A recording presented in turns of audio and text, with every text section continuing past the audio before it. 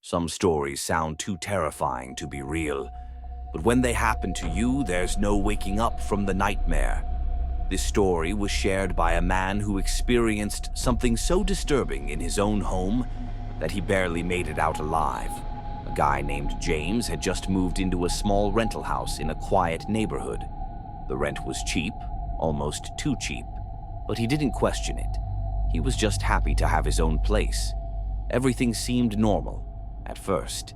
After about a week, James started hearing strange noises at night, scratching sounds, soft thuds, like something moving within the walls.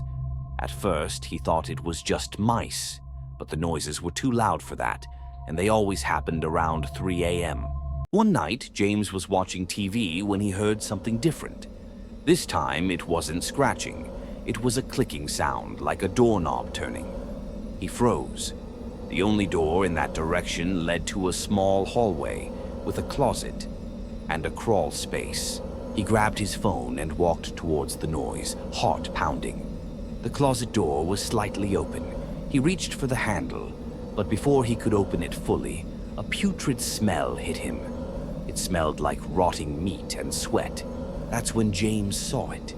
A pair of bloodshot eyes staring at him through the gap between the closet and the crawl space door.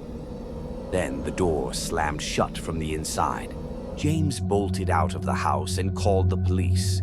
When they arrived, they searched the crawl space, and what they found was straight out of a nightmare.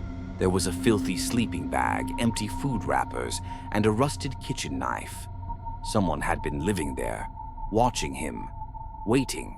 The cops said they had no idea how long the man had been there, but judging by the smell and the trash, it had been weeks, maybe longer. James moved out the very next day. The landlord later admitted that the previous tenant had left because of strange disturbances. The worst part? They never found the man.